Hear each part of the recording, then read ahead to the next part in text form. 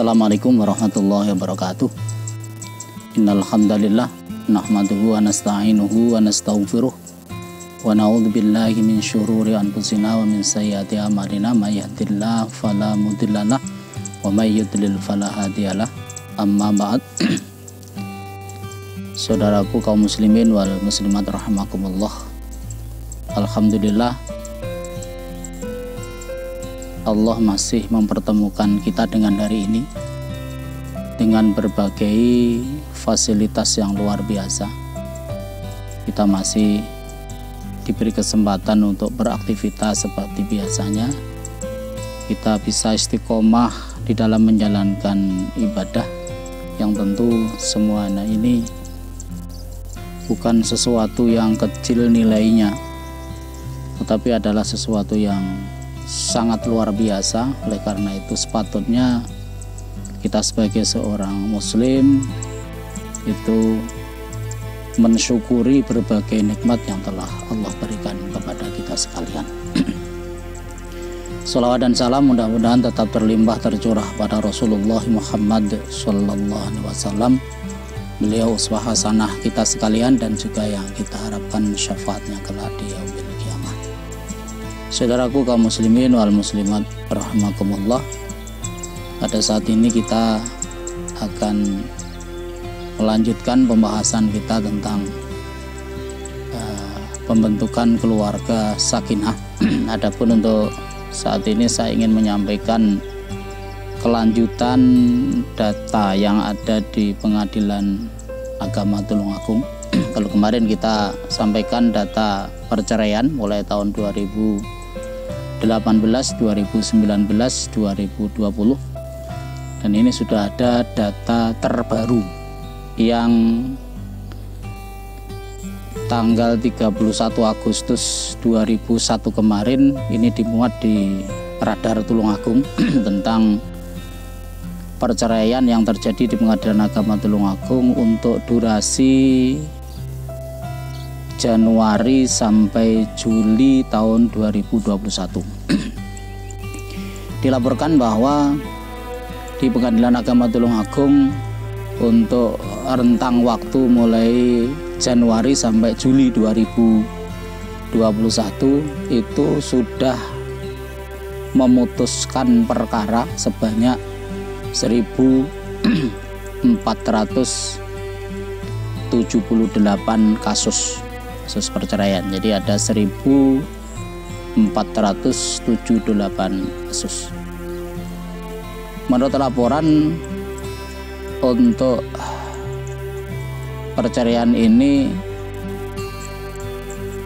komposisinya masih sama dengan tahun-tahun kemarin. Artinya bentuk perceraian gugat itu lebih mendominasi daripada bentuk perceraian talak. Artinya yang mengajukan ke pengadilan itu lebih banyak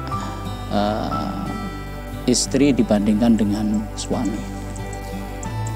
Kemudian kalau dihitung secara rata-rata, maka dalam waktu Januari sampai Juli itu per bulannya itu ada 211 kasus yang sudah diputuskan. Sehingga kalau kita buat rata-rata per hari, maka Januari sampai Juli di Tulungagung itu ada 7 janda, 7 duda setiap harinya. Kemudian untuk usia ini rata-rata yang mendominasi adalah usia di bawah 40 tahun. Jadi lebih ke pasangan yang masih sangat produktif begitu, masih muda.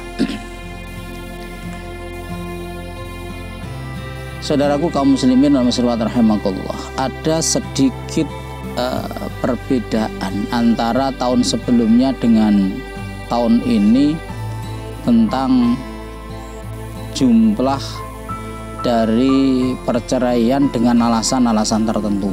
Kalau yang kemarin mulai tahun 2018 sampai 2021 itu yang dominan sebagai alas perceraian itu adalah masalah ekonomi.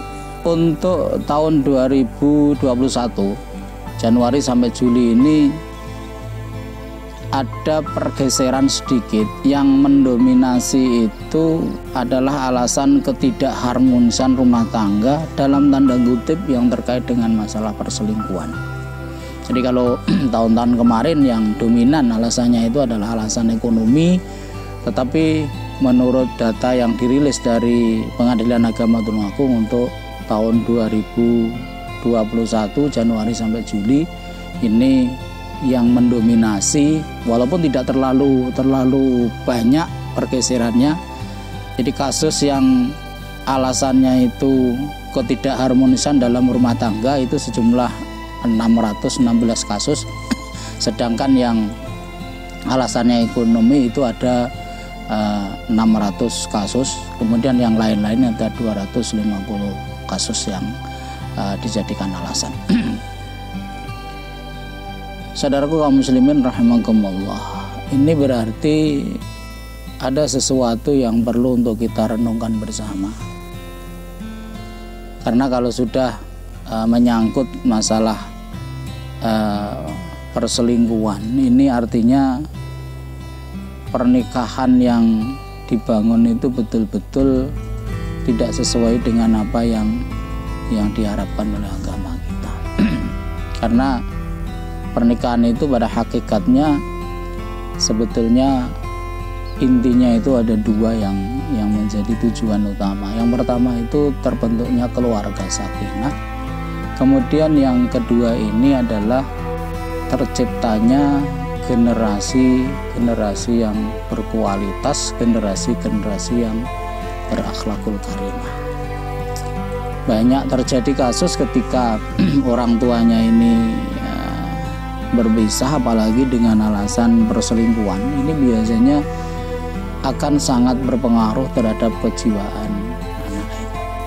Oleh karena itu, mari kita simak beberapa ayat Al-Quran dan juga hadisnya Rasulullah bagaimana Islam itu memberikan panduan pada kita dalam rangka untuk membina keluarga sakinah. Yang pertama, yang mungkin nanti monggo silakan digali lebih mendalam. Rasulullah itu pernah menyampaikan di dalam salah satu hadisnya, ini saya kutip dari tafsir yang dibuat oleh Universitas Islam Indonesia Yogyakarta.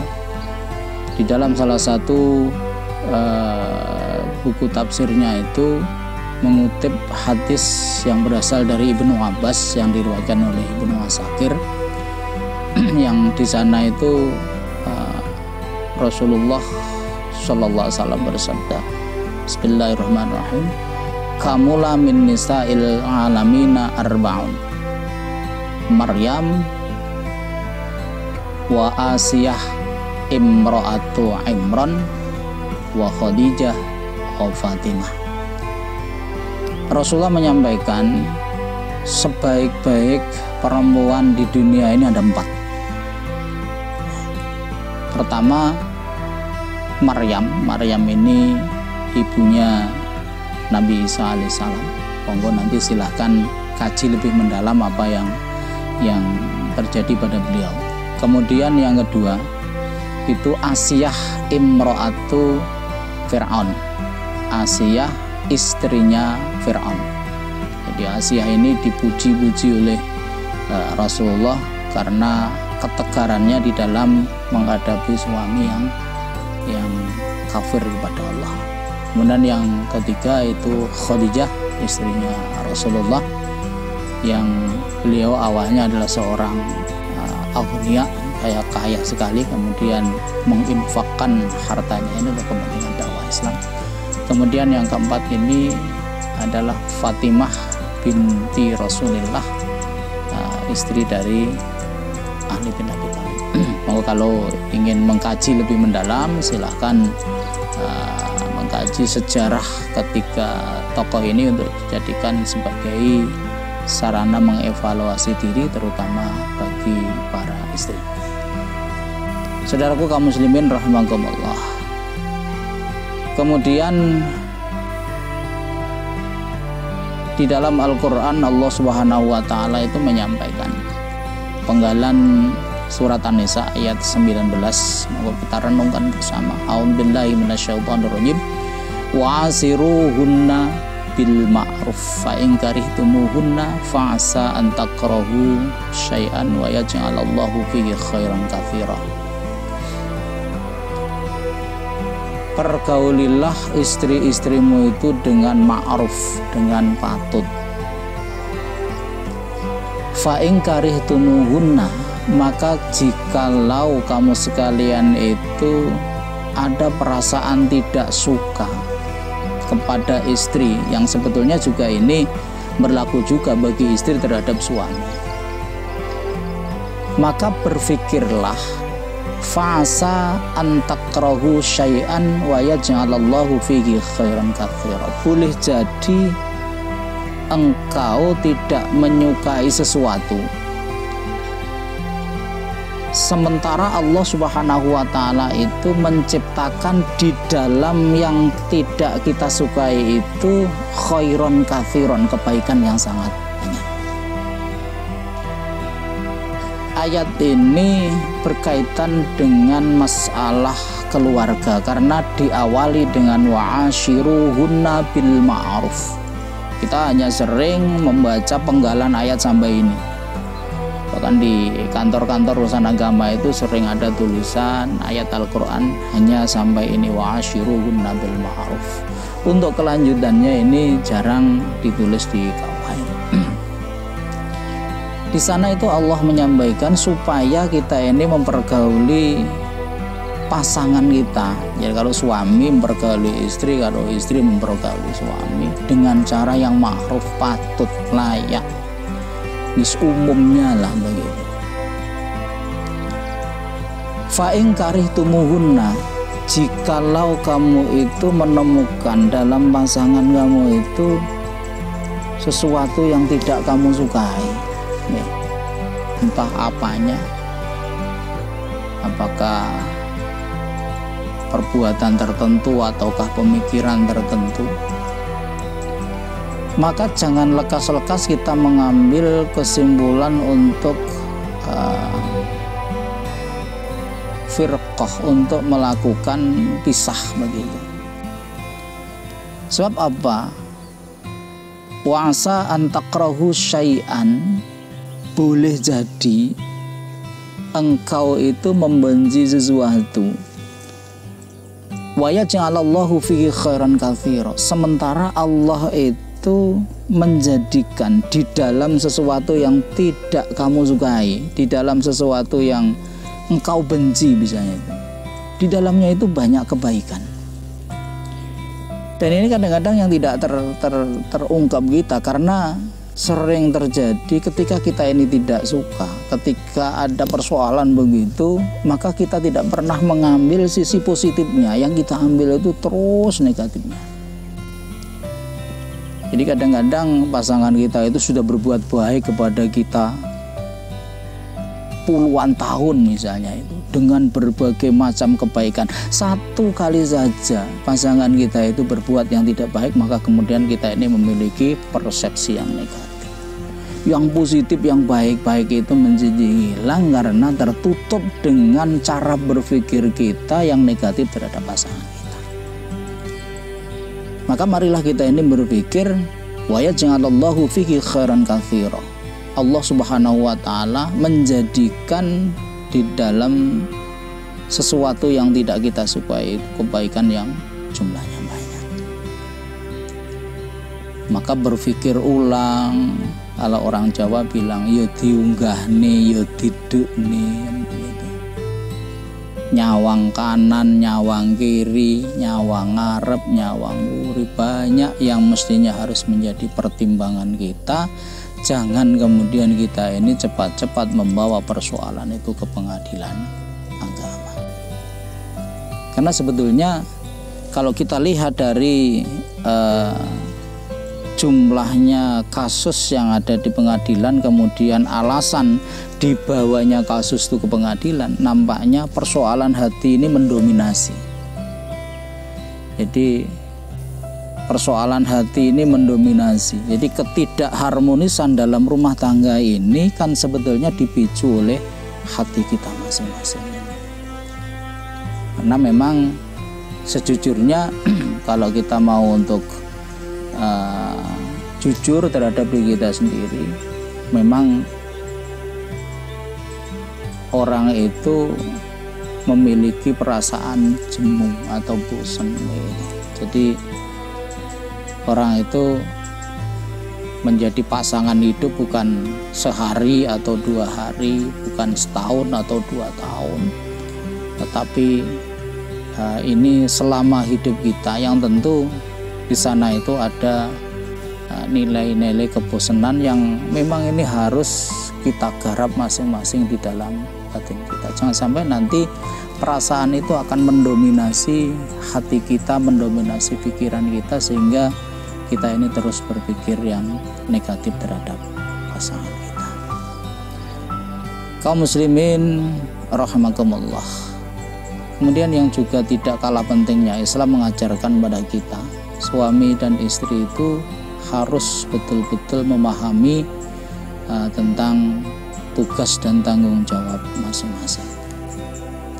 Allah Al-Quran memberikan pernyataan kepada kita tatkala jalinan ikatan pernikahan itu sudah kita lakukan. Al-Quran menyatakan wa akhadna minkum mitsaqan ghalidha. Perempuan itu sudah mengambil janji dari kamu itu dengan janji yang kuat. Jadi istri-istri kita itu mengambil janji dari kita. Kita ini sudah berjanji kepada istri kita untuk mengambil alih dari bapaknya istri kita itu, untuk kemudian anaknya bapaknya istri kita itu melepas putrinya untuk kemudian kita diamanatkan kepada kita. Ini tanggung jawab kita. Tetapi perempuan juga harus menyadari bahwa perempuan ini yang sudah mengambil janji dari laki-laki itu juga harus melakukan beberapa hal, yang salah satunya oleh Rasulullah disampaikan bahwa perempuan yang baik itu adalah idza nazarta ilaiha sarfatka. Seorang istri itu kalau suami melihat kepada istrinya itu, apapun, apakah perkataannya, apakah perilakunya, atau mungkin pakaiannya, itu selalu menarik perhatian dari suaminya. Jangan malah sebaliknya, kita ini dengan suami kita pakaiannya itu semrawut, tidak karu-karuan, omongannya itu tidak karu-karuan.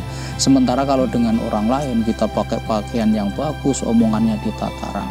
Ini kan sebetulnya tidak sesuai dengan konsep Al-Quran. Saudaraku kaum muslimin wal muslimat rahimakallah, perenungan ini penting karena sekali lagi perenungan ini akan menjadi modal bagi kita sekalian supaya keluarga kita atau mungkin yang akan berkeluarga itu betul-betul nanti bisa membina keluarga yang sakinah, mawaddah, warahmah.